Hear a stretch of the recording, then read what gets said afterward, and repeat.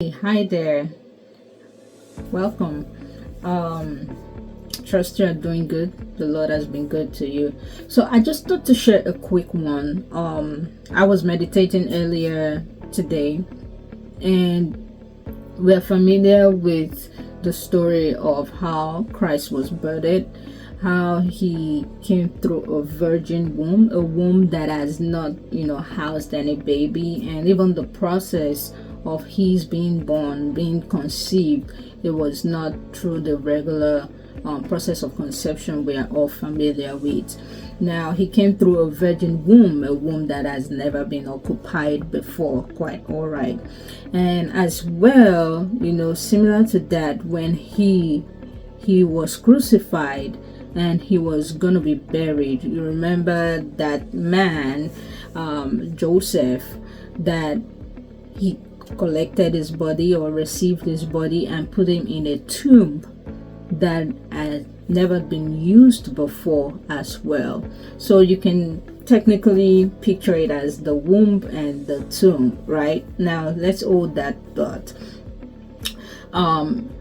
The general period of conception, of a woman conceiving a baby and the baby growing in the womb, we all understand that at that point the womb is the most conducive place for the baby.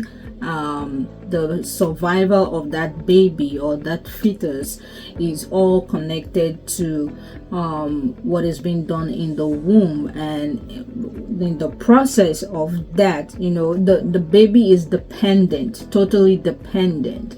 All of the nurturing, the nourishment, even protection, the environment around the baby is all working together, to help the baby to develop and keep growing.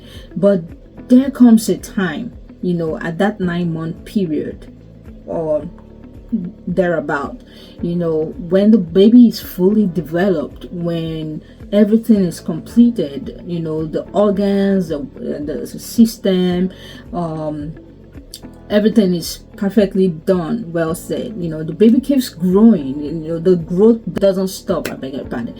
But the womb becomes a threat to the baby, because if that baby doesn't get delivered, and you will see, or you must have heard occasions where the medical practitioner, they will advise that a pregnant woman, when the baby is past the due date, or if the staying in the womb is going to be a threat to the baby and the mother, they would advise that they do an induction, they induce that pregnancy so that the baby can come out.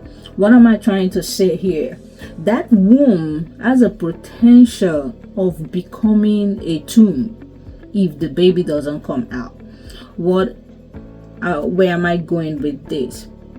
There is a process through which everyone goes through, and after you have gone through that process, you developed, after a while, and there is that place of birthing. But if you are not being birthed, that same place that has been nourishing you and keeping you and providing protection and everything can then become a danger zone, such that another minute, another moment in that place can kill you.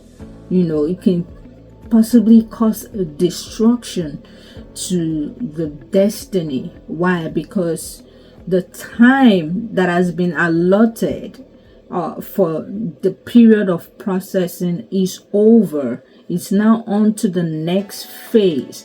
But the longer, just like in that scenario, the longer a baby stays past its due date in the womb, the more threat that womb can become to the baby. The same womb that was okay then will be not okay for that baby to stay in there.